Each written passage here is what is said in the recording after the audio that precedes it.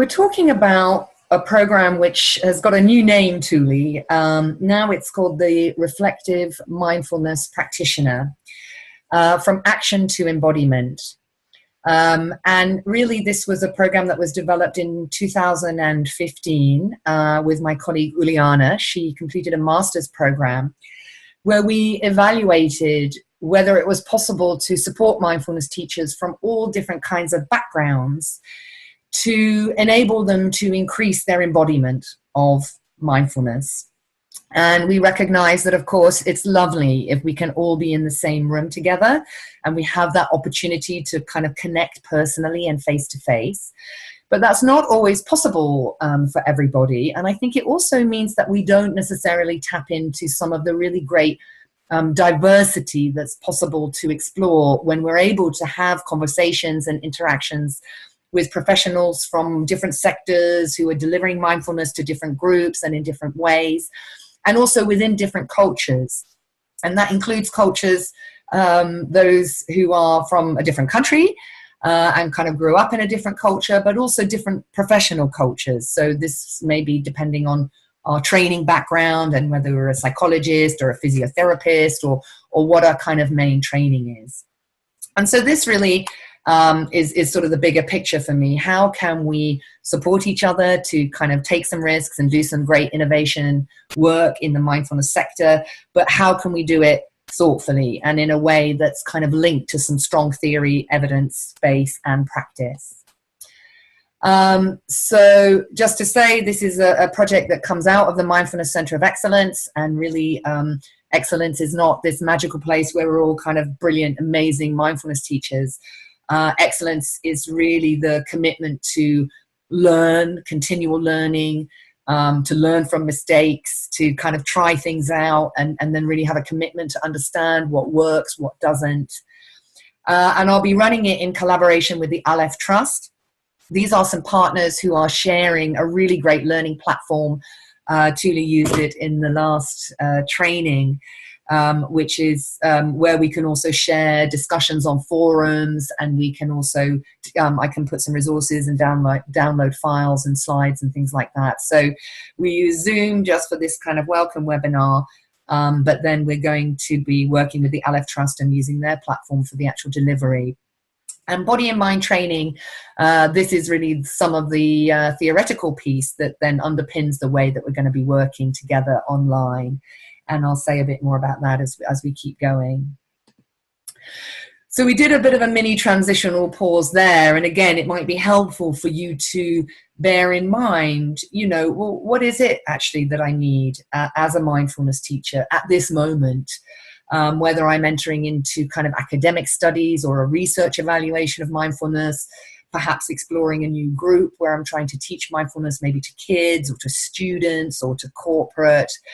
You know, really having in mind from a personal development and sort of CPD point of view, you know, what is your intention? Where are those places where you're thinking, actually, I could do with a bit more reading on this topic, or discussion with my peers about how they're managing certain aspects of the teaching process, or even actually this is something I need to just look at for myself in my own personal development work. And how we do this is really up to us. It's up to our own unique take on the practices and our experience of the practices. But what I hope to do with this training is provide a framework for us to explore that together, and then we'll all come back with our own rich, diverse experiences, but the theory and the basics will be the same underlying aspects of what it means to be mindful, what it means to embody mindfulness, and how we can keep on improving and developing. And the definition of mindfulness that I'm working with at the moment is one that's in my new book, #What is Mindfulness? And of course, defining mindfulness is pretty problematic from a research point of view, from a spiritual point of view, lots of arguments, lots of disagreements. And so what I say to student teachers and people who are working with me is, you know, if people ask you, man on the bus, right? You're sitting next to somebody on the bus or on the plane, and they say to you, what is mindfulness? You know, actually being able to share from your own experience how mindfulness has helped you is a really great opening gambit, because that will be a very personal and embodied way to share your experience of mindfulness. And that's what we want in our teachers, people with that fluidity to kind of, you know, be able to explain and describe, you know, well, how has mindfulness helped you, you know, be more present and less distracted, you know. And if you're in a corporate or a school setting, you know, this is really important. We want to reduce distraction so that we can focus and do our work and study hard and get all the information that we need into our brain, locked down, ready for our exams. You know, how has mindfulness helped you to be less reactive and more responsive?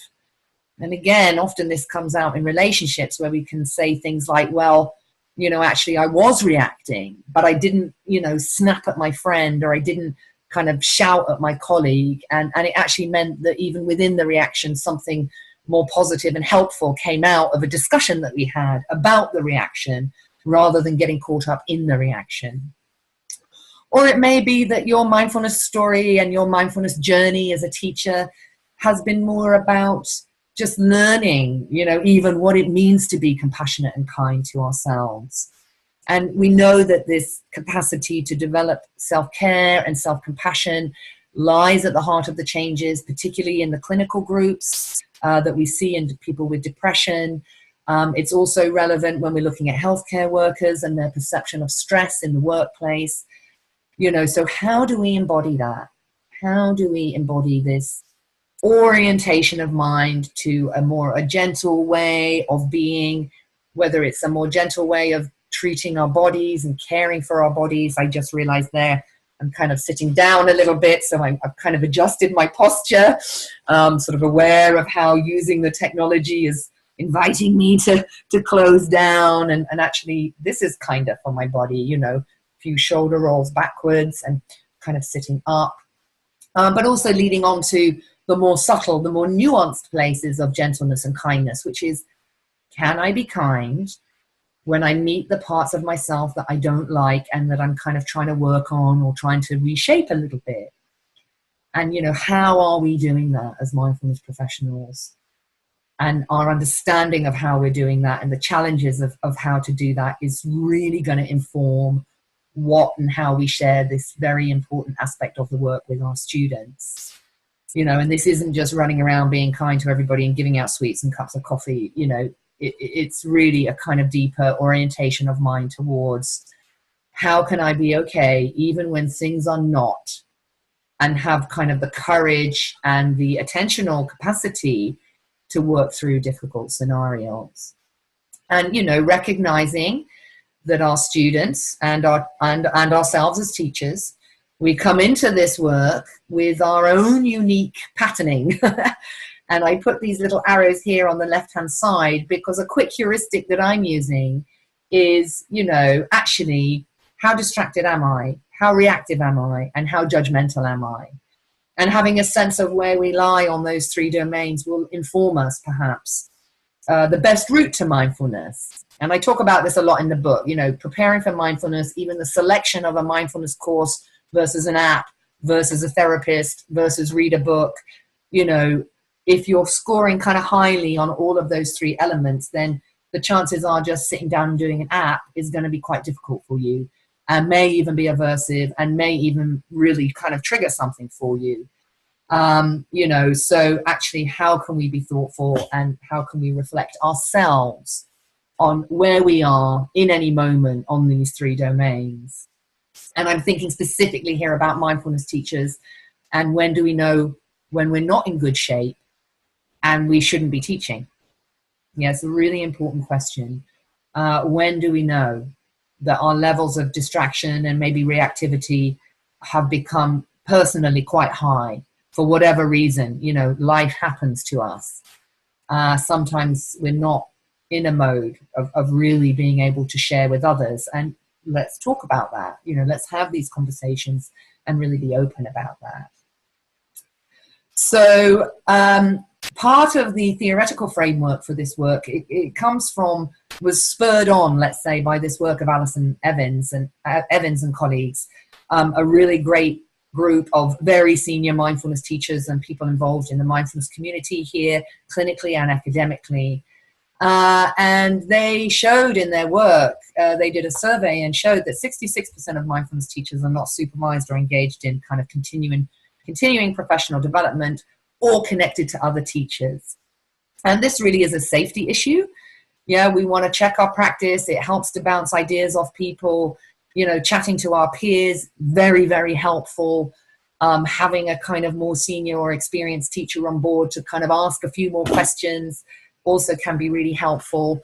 But what I'm proposing is that, you know, people use this course as a way to hone their own skills for self-reflection or maybe reflective practice in groups or with peers in their own environment.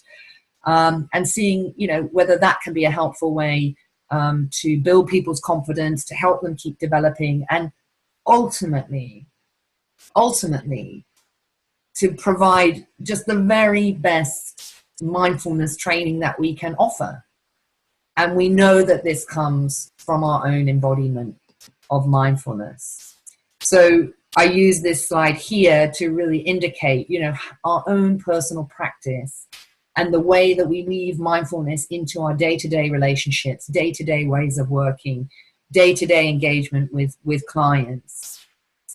This is the embodiment of mindfulness. And, you know, again, I'm happy to share my own experience. You know, where I lose embodiment in terms of that second level is, you know, with the email, with the technology, you know, the speed of things, you know, sending out emails with spelling mistakes in them. You know, it's not really the best look that I want as a mindfulness teacher, but of course it happens, you know. So then how can I reflect on that? How can I put processes into place that take into account both my own style, which is of course quite quick, quite excited, always excited about sharing, but balancing that with an intention of saying, well, you know, I want to embody mindfulness in my own way, yeah, in my own unique way, not copying everybody else, but there is something about engaging with the technology and communications with others, which I would call mindfulness-informed ways of working.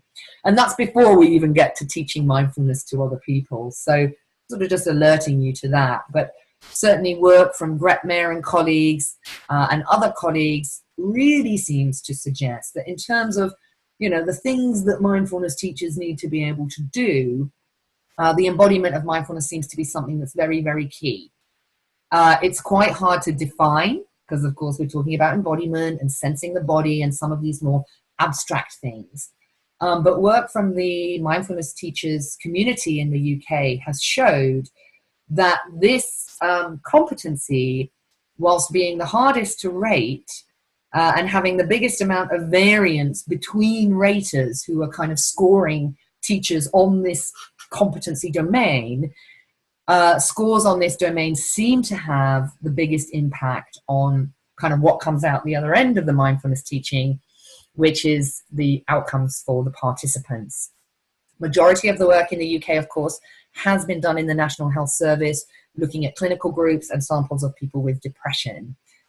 But again, you know, you might want to have a look at the MBI TAC. I think there's a link, or Fiona can repaste the link in the chat box where you can access this document online. It's really worth a read. You know, they've got a kind of manual of how to assess these various things. And while I don't kind of teach this manual or do this assessment myself, I really would strongly recommend having a look, particularly at the relational skills, the embodiment of mindfulness, how to guide the practices, and the group environment.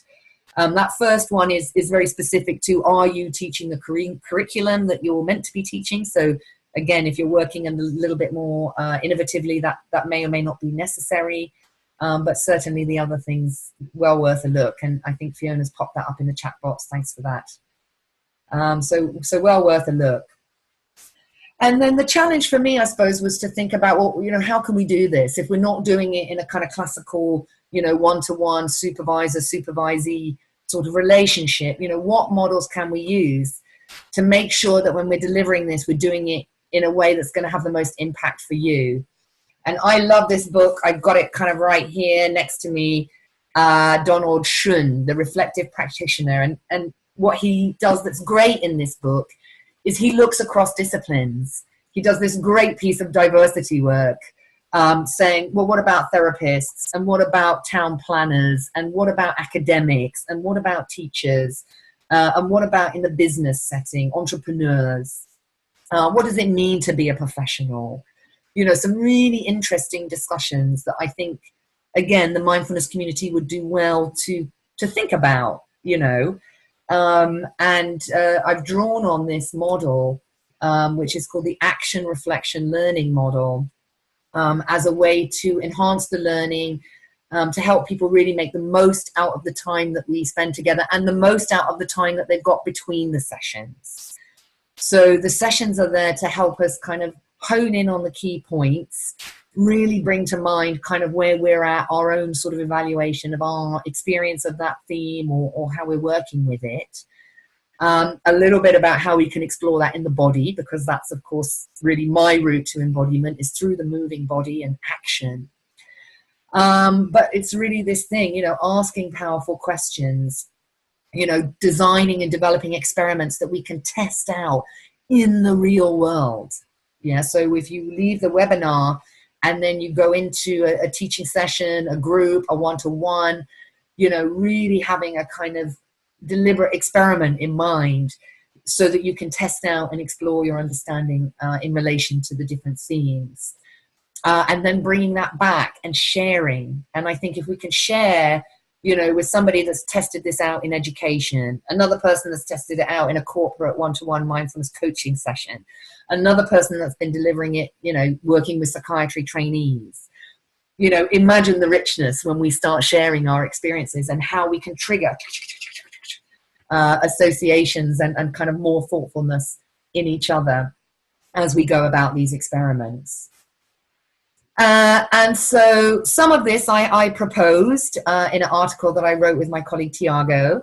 In the back of that article, I kind of describe how you can use this body and mind training framework, which is the 5 themes in the book, to use that as a reflective tool. And I can send a copy of that paper to people if you're interested. Unfortunately, that journal doesn't have free access. But I can send a copy of that. And I think that chapter is now also maybe going to be in a book as well now. But really talking about how the 5 themes emerged from almost kind of an ethnographic piece of work, which was trying to help healthcare professionals from multidisciplinary teams really understand kind of what is mindfulness. And through that, came 5 themes based on Kabat-Zinn's definition of mindfulness, and an invitation for people to explore this. You know, how do I do this in my day-to-day life? Pause. You know, how and where do I create space for stuff to emerge? And this might be pausing by going on a retreat. It could be pausing by coming on a webinar. It could be pausing before you open an email. You know, there's many, many ways that we can begin to explore this theme. But most important is, how do we do it for ourselves? Where is it challenging for us? How do we convey this to our students and support them to develop opportunities to create space in their life? You know, and for some people, that might be enough. That might be enough mindfulness for them. We can also link people into things such as the slow movement, slow eating, slow cooking, slow shopping. You know, people are discovering this need to pause and create space in many ways, not just through mindfulness. So again, there's a richness there of what we might offer. So pause is one of the themes. We also explore, you know, really important theme, intention, at multiple levels. We'll also explore attention, and habits of mind, and then compassion.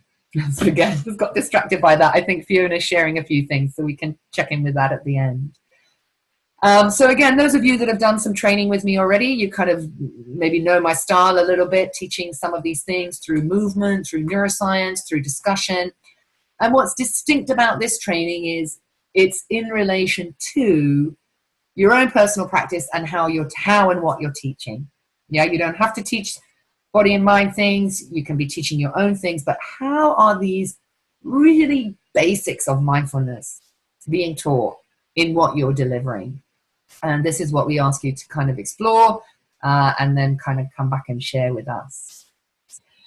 This slide here is really a summary of some of the benefits that people reported. They took part in this online environment, as I said, in 2015. And the master's thesis, again, that's available to you.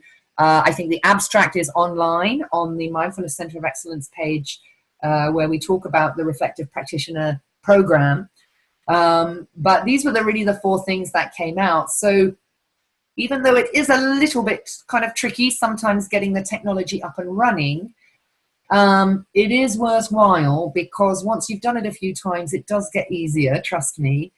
And actually, it is quite convenient to not have to travel to a group, 90 minutes across town, or, if you're in Sao Paulo or elsewhere, several hours crossing town to get to a space. You can just pop yourself in the library like Roberto's done today. And you can connect, so it has this convenience. And there's also opportunities, for the call to be recorded, for you to revisit the teaching, for you to write your comments, for you to speak your comments. You can choose whether you want to write or speak, whatever's more comfortable to you. And many people speaking English as a second language commented it was great to be able to type in the box, because they felt they could express themselves more easily than speaking English. So one aspect there was the online environment. People loved the peer learning aspect. Again, I've talked already about the diversity aspect, but we're all kind of doing the same thing in different places in slightly different ways.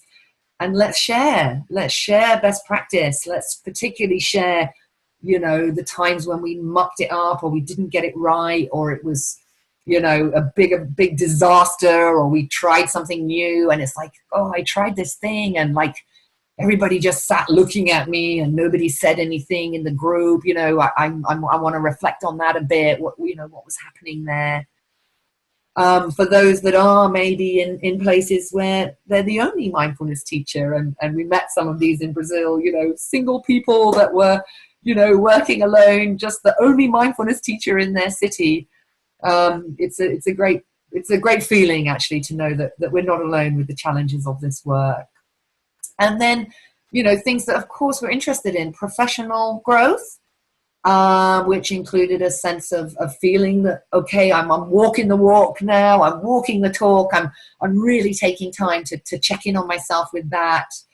A sense that I'm getting some up-to-date information about the science, particularly the neuroscience behind mindfulness. People reported increased self-awareness, increased confidence in their teaching, and that something changed in interpersonal relationships, which was great news, because this is where the personal and the professional overlap. How do we relate? Is it with present moment, non-judgmental, non-reactive awareness? And this is how we relate anywhere. And then the personal growth bit, which was really, again, people liked this sort of momentum of like, okay, I'm getting back into some daily practices and daily explorations. And, the ebb and flow of the practice is a very natural thing. It's a myth, that there are all these mindfulness teachers out there doing 45-minute body scans every day. I just, in my experience, some people are doing that, but most not. But what can we do day by day? How can we keep that growth going, even if we're not doing the practices that we should be doing, or that this judging monkey is telling us? How do we keep that going? And so, we explore it, as I said, in a variety of ways.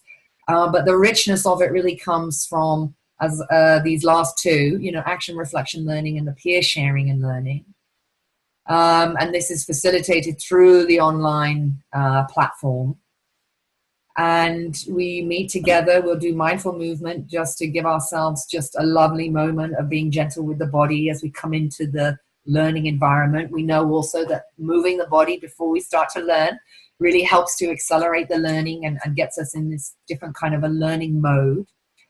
I'm using the mindful movement to support the learning process, helping you to really be able to understand the concepts from a more sort of holistic, almost like a 360 viewpoint. You know, how is this in my mind? How is this in my body? How is it in my personal practice? How is it in my teaching? I'll be giving just the highlights of the updated of the neuroscience link. This work continues to explode at a massive rate. So I'm kept very busy trying to keep up to date with things, but, you know, really sharing with you the key nuggets that you might want to share with your students, and some of the resources.